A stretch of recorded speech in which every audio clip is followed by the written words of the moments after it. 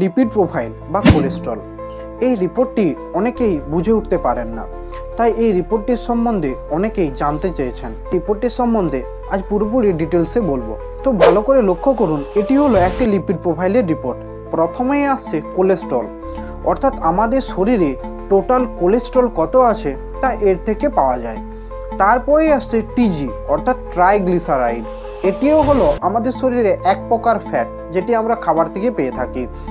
তারপরেই দেখুন এইচডিএল, অর্থাৎ হাই ডেন্সিটি লাইপোপ্রোটিন। এটিকে আমরা গুড কোলেস্ট্রল বলে থাকি, অর্থাৎ এটি আমাদের শরীরের পক্ষে খুবই উপকারী। তারপর আসছে এলডিএল, অর্থাৎ লো ডেন্সিটি লাইপোপ্রোটিন, যেটিকে আমরা ব্যাড কোলেস্ট্রল বলে থাকি। এটি কিন্তু খুবই ডেঞ্জারাস একটি কোলেস্ট্রল। এই কোলেস্ট্রলটি একমাত্র হার্ট অ্যাটাক হওয়ার জন্য দায়ী। তাই এই কোলেস্ট্রলটাকে যতটা কন্ট্রোলে রাখতে পারবেন, যতটা কমিয়ে রাখতে পারবেন, ততটাই ভালো।